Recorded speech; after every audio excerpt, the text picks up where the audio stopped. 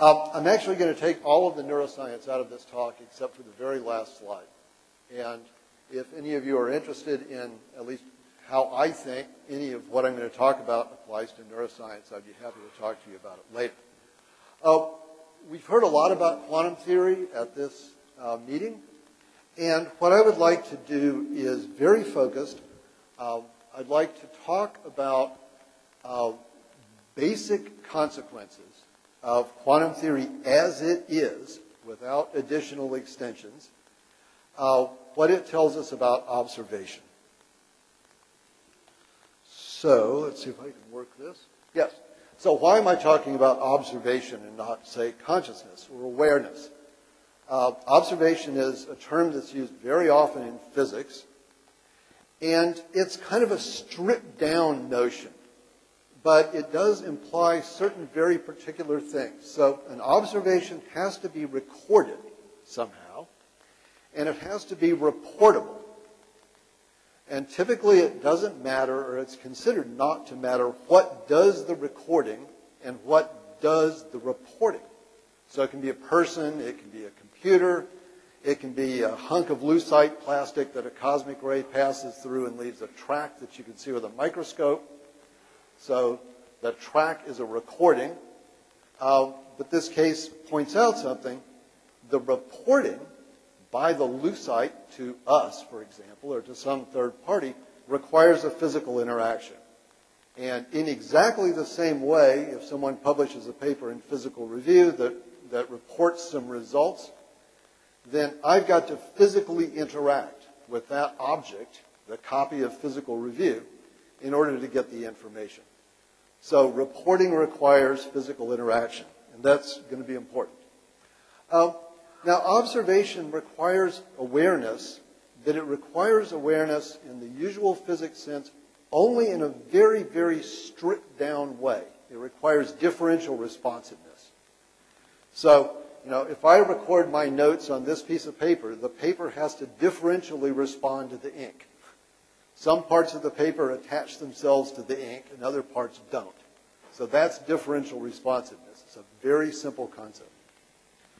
But I think that observation provides a model for other sorts of things, such as imagination, a very stripped down and simple model. So it is a useful concept to talk about.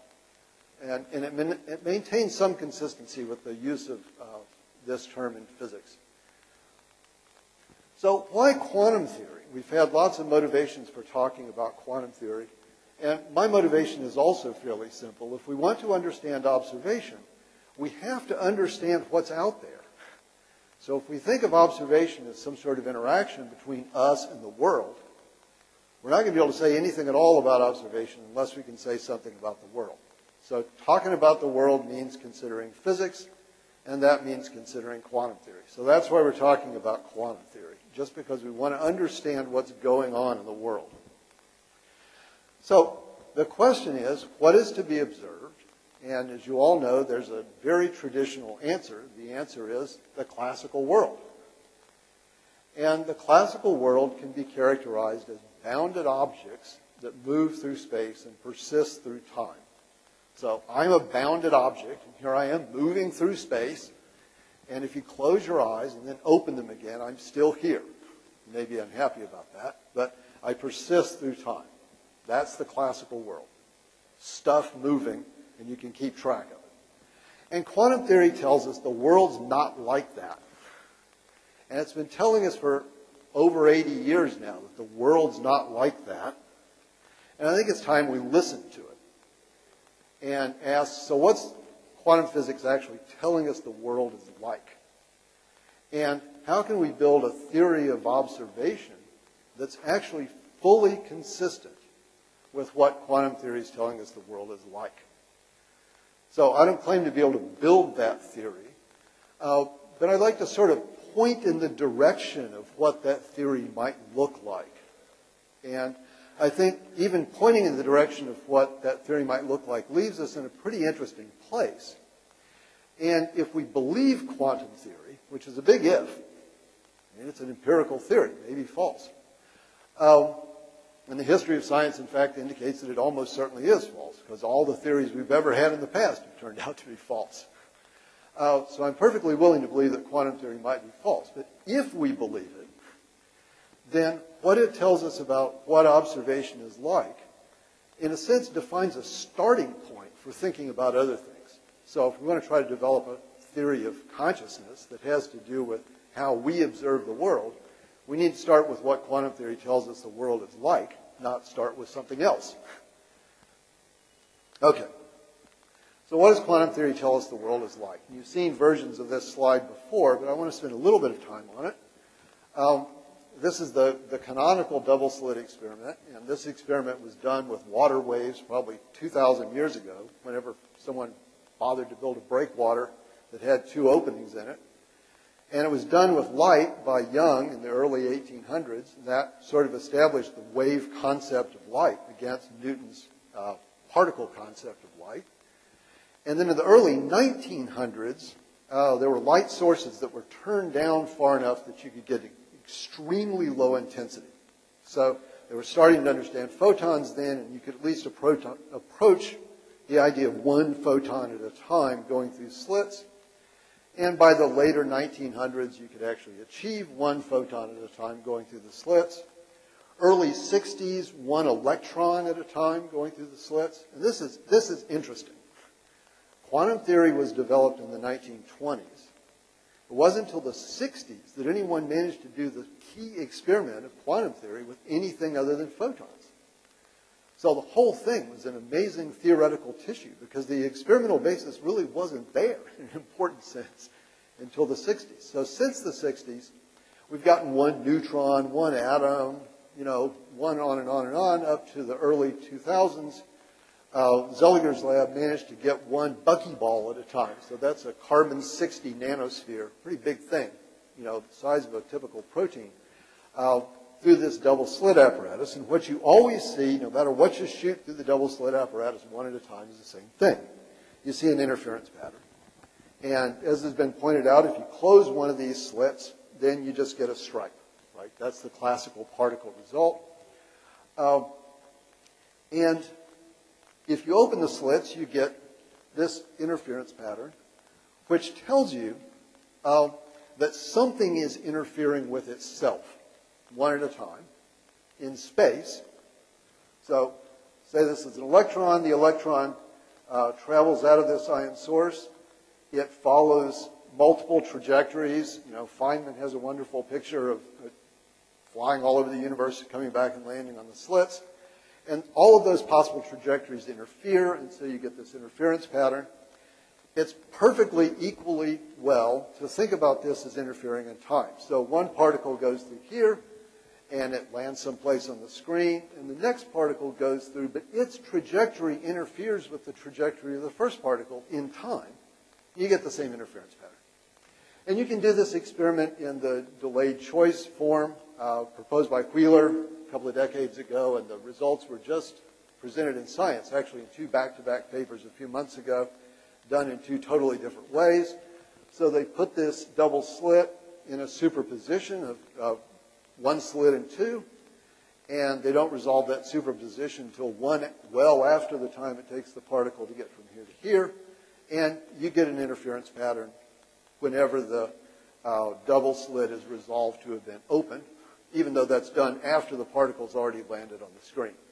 So you can call that backwards causality. You can call it interference between advanced and retarded waves. You can call it anything you want. But that's what happens. This is phenomenology in quantum theory. So there's a basic idea that comes out of this, and you can state that basic idea in one of two ways.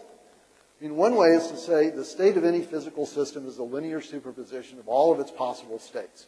So you can write the wave function, the current state psi, as a sum of some representation of all of its possible states. That's what this bracket x is. And there's a coefficient there, and that coefficient is a complex number. It's the complexity of that number that generates the interference pattern in this representation. So you can say exactly this by writing down Schrodinger's equation and saying physical dynamics are always unitary. And unitary dynamics is such that if you start a quantum state, say psi, out in any particular state, suppose you prepare the system in a way that puts it in exactly one state, not a superposition. You turn the crank of unitary dynamics and it spreads out all over the universe. So unitary dynamics creates and preserves superpositions. And if you want to be really precise, you say physical dynamics are unitary in isolated systems. And you can try to isolate a system in the lab by putting it at low temperature and high vacuum and all this stuff. But as Everett pointed out back in the 50s, the really isolated system we know is the universe as a whole. And it's isolated by definition. That's the concept of the universe we've got. The universe is what there is. So what Everett pointed out is that this equation applies to the universe. So unitary dynamics is happening everywhere, all the time. Okay. So this obviously creates a problem. And the problem is called the measurement problem. And this problem has bothered physicists since the Solvay conference back in 1928, and maybe before. And there are countless books and articles that are published about this problem. And the problem is very simple. We don't see any superpositions lying around, at least not macroscopically. So I'm here. I'm not some, superposition of here and over there, or here and back in the hotel, or something like that. And I at least seem to be alive. I'm not some superposition of alive and dead like Schrodinger's cat. So the question is, the measurement problem is, why do we see this? And you can think of Schrodinger's cat, which is probably everyone's favorite example that's put in a state of being alive and dead by being coupled to a radioactive decay that has and has not occurred because no one's looked at it. And what Schrodinger's cat is standing for in this very well-known example is just any measurement apparatus, anything whatsoever that records and then reports an observation. Schrodinger's cat's just our detector. And so you can think of the measurement problem as this problem. How does any detector ever record just one outcome? How do we ever get one outcome, one experience from the world? That's the measurement problem. And it's one of two central problems in quantum mechanics. And the other central problem in quantum mechanics is space-time. How in the world does quantum mechanics link up with space-time? So I don't want to talk about that very much. I'm just going to mention it later. So I'm going to focus on the measurement problem. And as you know, probably there are 4 standard answers to the measurement problem. And there are a bunch of non-standard answers, but the non-standard ones are actually pretty close to the standard ones. And I want to spend some time on this because they often generate confusion. One standard answer, very standard, is that quantum theory is not descriptive. So Christopher Fuchs, for example, says quantum theory is prescriptive. Says it's like the 10 Commandments. Quantum theory tells you how you ought to behave. It doesn't tell you what the world is like. And it's possible, actually, there are lots of passages in both Bohr and Heisenberg that indicate that they actually considered quantum mechanics in this way, that quantum mechanics was not descriptive, that it was an epistemic theory about our beliefs and how we ought to reason about the world, as opposed to a theory about how the world is. So one can take this sort of epistemic approach to quantum theory, say quantum theory is not a descriptive theory, so it's not true or false. It's useful or maybe not useful, but it's not true or false. So another option is that quantum theory is wrong. And I want to dwell on this a bit because all approaches that postulate a real physical collapse are approaches that say quantum theory is wrong. So, for example, if Penrose is right or Stapp is right about quantum theory, then quantum theory is wrong. And often people sort of say, no, it's not wrong, it's just incomplete. But it's not incomplete in these cases, it's just wrong. Because quantum theory is supposed to apply to the universe. The dynamics of the universe, quantum theory says, are unitary, period. It doesn't say some of the dynamics. It doesn't say sometimes they're unitary. It doesn't say it's unitary sort of in here and not everywhere else. It says it's unitary, full stop. So if you say the dynamics aren't unitary, if there's physical collapse, then quantum theory is wrong. Now, how to think about this? I think if you want to postulate physical collapse, and so say quantum theory is wrong, you need to think about where exactly does quantum theory apply? When exactly is evolution unitary? So if you say unitary evolution only occurs under some conditions, maybe in high vacuum, or only in some places, or only in some times, then a theory is owed about what defines those places or those times and what separates the part of space where evolution is unitary from the parts of space where evolution is not unitary, etc. And if you push on this position that quantum theory is only happening some places, then you tend to get a migration up to this position or down to this position, which I'm going to talk about next. The third option, which has been referred to as the multiple worlds interpretation, is the notion that quantum theory is right, but what we observe are only particular sort of branches or histories of the universe. And this is associated with people like Dieter Zeh and David Deutsch and Max Tegmark.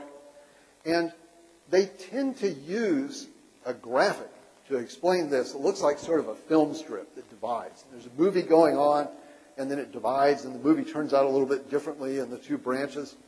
And I'm going to try to convince you that that picture can't possibly work, that picture misconstrues quantum theory. So a fourth approach, which is mainly the approach of Zurich and his colleagues, is the approach that says, look, system-environment interactions in quantum theory sort of create states that look classical even though they're not. Quantum theory is right, but there's certain kinds of interactions that create quasi-classicality, and that's what we see as classical states. So these are all sort of options that we can think about, and what I want to assume for this talk, since this talk's about what quantum theory applies for observation, is that quantum theory is both descriptive, so it's actually about reality, and it's true.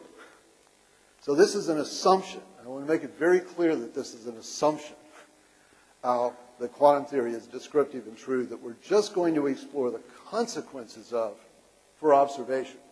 But I will point out that anytime you do a physics experiment, it tells you that quantum theory is true. And in fact, they tell us that quantum theory is true to accuracies of like 1 part in 10 to the 10th. So the predictive accuracy of quantum theory is really phenomenally good. And each time a new technology allows us to do something that used to be really weird, like run the delayed choice experiment for real, it tells us that quantum theory is right. So something's going on that looks a whole lot like quantum theory. So it gives us at least some justification to think that quantum theory is true. And this is a nice paper that just reviews some of these experiments. It's a little bit old. But the challenge of quantum theory is true is to explain this emergence of classicality in purely quantum theoretic terms, no additions. So the current answer to that is decoherence. And you've heard decoherence mentioned. It was invented in the early 70s and really started to blossom in the 90s. And it's what, in a sense, enabled the whole quantum information and quantum computing revolution. It's reached the status of having major textbooks written about it. So it's a perfectly standard theory. And the basic idea is simple. The basic idea of decoherence is you put a system in an environment.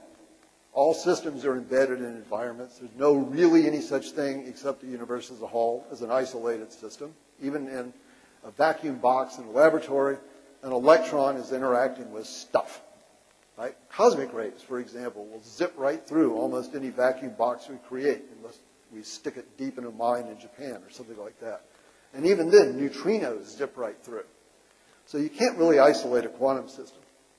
And things in the environment, say photons, for example, are always banging into the system that's sitting there. So there are photons hitting me, there are dust particles hitting me, there are all sorts of phonons hitting me.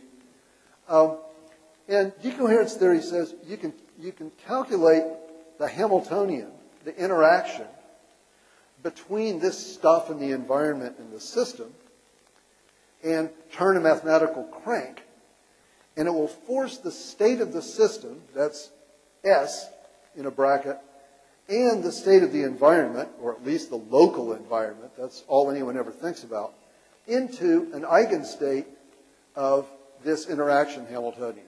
And an eigenstate is a very specific state that is the state that that particular interaction gives you a measurement for, effectively.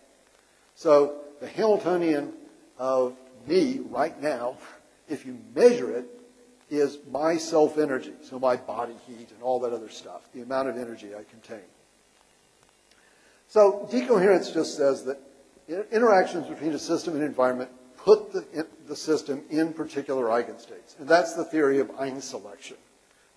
Zurich gave it that name for environmentally induced superselection. Superselection into a particular state from these sort of interactions. Okay. So, decoherence requires decomposition. You notice that the blue system has a boundary around it. And that's always true. I mean, all these interpretations assume that systems exist, that you can talk about a quantum system. And at minimum, they assume that you can talk about 3 quantum systems. They assume that you can take the Hilbert space of the universe, so the space of all the possible states in the universe, and build a tensor product structure, so a mathematical entity, that consists of some states that refer to the observer, some states that refer to the system, and some states that refer to the environment. And you've got to do this to represent the interaction between the system and the environment. But the problem is this is a classical assumption.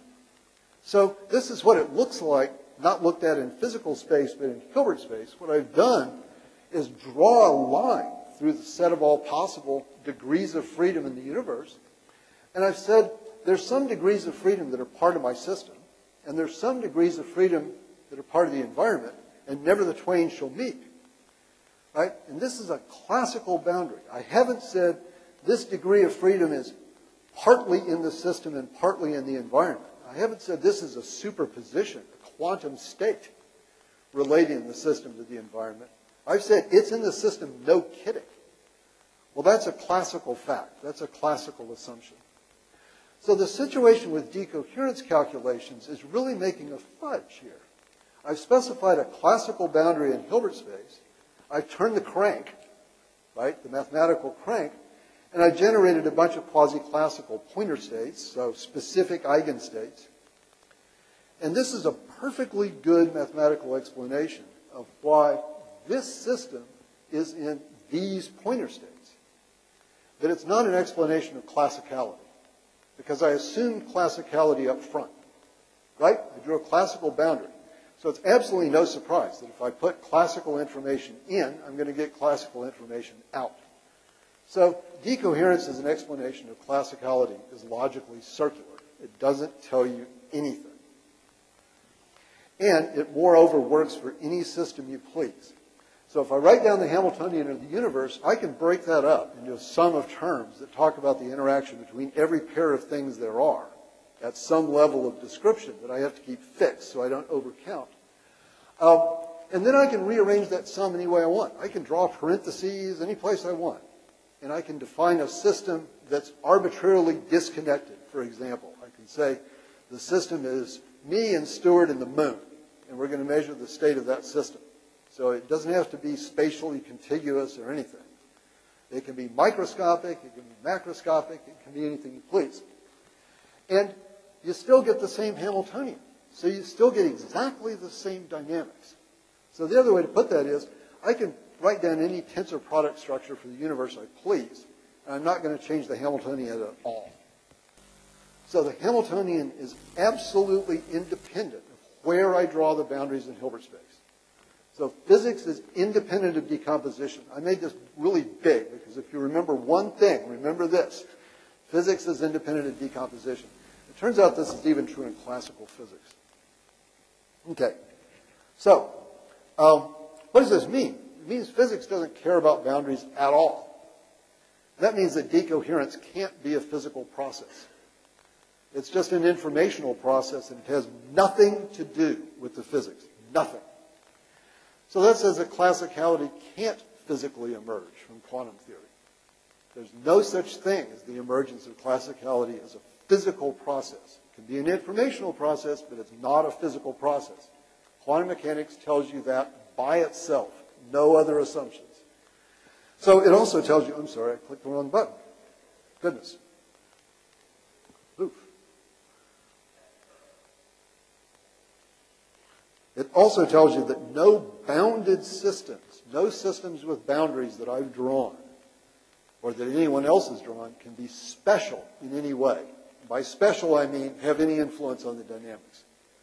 So the fact that a system is bounded doesn't make it special. And that's true for any systems. That's true for me. Right? I'm a bounded system, and I'm not special. The dynamics just happens. Okay? Okay. Now this is obviously even a more serious problem than the measurement problem. Without a physical mechanism for emergence, for example, you can't get classical cosmology to even start. And we heard yesterday that to get classical cosmology off the ground, really get a nice classical space-time out of inflation, you've got to have decoherent boundary conditions. But if decoherence isn't physical, none of that happens. You can't get classical space-time out of inflation. And biochemistry and evolutionary biology never get off the ground. So to do evolutionary biology, you've got to be able to talk about individual organisms that either reproduce or they don't. And they either pass on their genes or they don't. So if you don't have any bounded systems, then all that stops. You can't talk about the evolution of classical organisms in a world that isn't classical. It doesn't support any classicality. And in fact, without this emergence, there aren't any objects at all. Okay. So underlying the measurement problem as a problem about why we see things in particular states, there's a really deep problem, which is why we see things at all. Why we see particular things in particular. So why do I see you? Why do I ever see an experimental apparatus as opposed to just stuff? Or as opposed to totally different kinds of stuff? And why do I ever see the same thing at different times? So what does this notion of temporal continuity of systems mean? What does it mean to say that I was here yesterday and I'm still here today? We don't even know what that means if there's no such thing as an object. So these look like philosophical questions, but I'll submit to you that these are actually physics questions, and they have to be answered by physics for physics to really make progress. So we really do need a theory that accounts for all of this stuff that's formulated within quantum theory. Okay. So how do we do this? It's my hypothesis, of course, that you can't do it in classical theory, but that you can do it in quantum theory. And the answer is entanglement. And the catch, there's always a catch. The catch here is that the answer is always relative to some third party. Now, how does that work? Think of the canonical entangled system, right? We've got a spatially separated quantum state, one quantum state that's spread out in space. We've got two observers, Alice and Bob. And Alice and Bob make their measurements. And we can ask, what's the conditional probability that if Alice gets up, say they're measuring spin, Bob is going to get down? Well, if these two states are entangled, that conditional probability is significant. It's better than a half. And that's what violates Bell's inequality. And if this system is monogamously entangled, so-called, if it's perfectly entangled, then that probability is 1. If Alice gets up, Bob will, with probability 1, get down. So if you have monogamous entanglement, you have perfect classical correlation. So this is a model for classical information. In fact, it's the only model for classical information in quantum theory. The only way to get classical information, classical correlation in quantum theory, is with entanglement. And the only way to get perfect classical correlation in quantum theory is with monogamous entanglement. And this is sort of the new heart of quantum mechanics. I quoted Feynman earlier that the double slit was held up as the central concept, and now it's entanglement. So there's a problem with this, clearly, which is it's relative to how you look at the situation. If you look at one event that creates some spatially extended quantum state, you can describe that event in any number of Alice and Bob pairs who are making measurements in different ways using different basis vectors in different places and all of that. So you always have this problem of relativity when you're describing an entangled state. And the key reference here is this work of Zanardi and his group. I've just put one paper there, but they've proven very nicely that you can describe a Hilbert space so that any pair of degrees of freedom you like, entangled, you just have to describe it right. So if a third party specifies the description, specifies the decomposition effectively, or the basis effectively, you can make anything entangled you want to. Classical correlation is really only definable with respect to this third party. Now that means that this branching structure that you see in typical presentations of the multiple world interpretation doesn't make any sense because it's observer independent. It says these are the objectively real branches. Well, that's nonsense. There aren't any objectively real branches. There aren't any objectively real histories of the universe. So, if you buy Tegmark's association of possible universes described within quantum theory with the possible universes that result from inflation, it just falls apart. So I'm going to have to go fast. This is the minimal unit of observation. And you can say with respect to the system, Alice and Bob are entangled. With respect to Bob, Alice and the system are entangled. So this is how classical information flows. But of course, this picture is really misleading. I mean, this thing is actually like that wave in the universal Hamiltonian. It's just a transient bit of structure in what's happening, right? What's happening is the Hamiltonian or the universe just doing its thing. So now let's talk about time. How do I know that I'm entangled with the same thing at different times? How do I know that, my apparatus today is the same as my apparatus yesterday? So how can I repeat an experiment? And the answer is I don't. I never know that. I have no idea what degrees of freedom out of the entire universe are causing my experience right now. No idea. I have no idea what degrees of freedom out of the entire universe caused any past experience. I can't find out. I can't do the experiment. So you never know that something's the same now as it was then. And interestingly, all the observable consequences of the standard no-go theorems in quantum theory, like Bell's theorem, follow from this fact. And in fact, Edward Moore back in the 50s gave a very nice proof of this in classical systems theory, and you can just take his proof and translate it into quantum theoretical terms and get the no-go theorems. Okay, so take home one. There's no objective classical world, and there are no objective quantum systems either. Classical information is never objective. It's always intersubjective, always requires multiple parties to even be defined. So you've got to add semantics to physics to get anything. Okay. This, of course, is an old point. Charles Whitehead's made it at this meeting. James Gibson made it. Wittgenstein made it. William James has made it. Lots of people have made this point.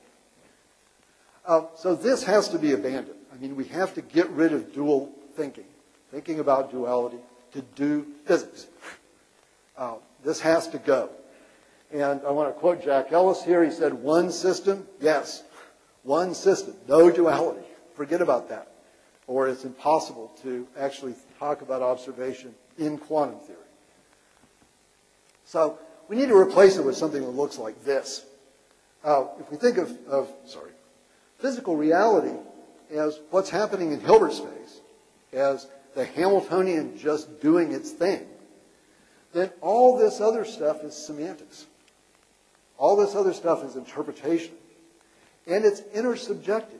It's not objective. They're arbitrarily arbitrary number of different interpretations of what's going on that are equally possible, and we're just involved in one of them. Right? This is, we can think of this as what the universe means. But there are lots of things the universe means that have nothing whatsoever to do with us, that we don't even enter into. So observers, systems, decisions, theories, all that stuff's up here. It's semantics, it's not physics. Now, I want to point out that this is a really familiar picture. And actually, Eleonora Lorick pointed this out in her talk a couple of days ago. If we think of the relationship between a user interface and what's going on in a box, in a physical computer, then we get exactly the same sort of picture. I mean, what's going on is a bunch of stuff in the world. The universe is doing something or other. But what we see is this. We see a user interface. And if we want to accomplish stuff, you know, if I want to put this talk together, I've got to work up here. But if we want to understand anything, we've got to work down here, or at least at some intermediate level. And I want to emphasize that this is, you know, this is all a computer. If you look in your computer deeply enough, you'll see that. That's the inside of the CPU of some computer or other. But is this a classical system? No. It's semantics. It's a description we've given to the world. So if we look at the brain, a bunch of stuff is happening. We say that's a microtubule. Well, that's a description. That's already semantics. To say that's a molecule even. And to differentiate that from all the stuff that's going on around it.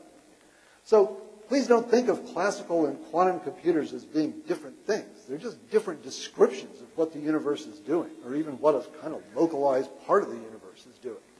So they're a different description of some fluffy wave in that picture of water I showed you earlier. That's the best picture I can think of to try to communicate what physics is about. Okay, so real quick, take-home theory 2. Our perceived reality is just what the universe is doing. You can think of that as quantum computation as you want to, but it's just dynamics. And what we call observation, here's the theory part, is a transient semantic relationship that's implemented by what the universe is doing. So if you want a physical theory of observation based on quantum theory, you're going to get something like this. So this, I would submit, is the starting point for a theory of consciousness. It's sort of not where it's going. It's where it's got to start if quantum theory is true. And quantum theory is the best theory we've got. So real quick, what does this mean for neuroscience? I think it just forces a new perspective. It makes us think of... Sorry to interrupt you, sir, but we are running out of time. Okay, I'll finish. It makes us think of things like object identity as a deep mystery to be addressed. It makes us realize the brain's not a classical computer because there aren't any. It's just some semantics. And it tells us that object awareness is intrinsically transpersonal because classical information is intrinsically transpersonal. So, thank you. I think we have time for just one question, probably. Thank you so much. Brilliant talk.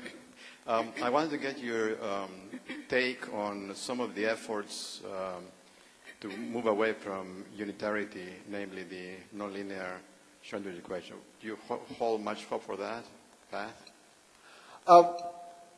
Well, I would say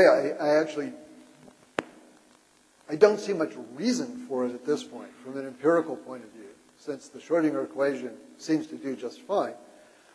You can look at something like de Broglie-Bohm theory, where you add terms, or you can look at the sort of physical collapse theories that you have. But so far, we have no idea how to do an experiment to actually test and see if there are any non-unitary terms in the Schrödinger equation. So if there are, then quantum theory is wrong. And you can take all this stuff and throw it out the window.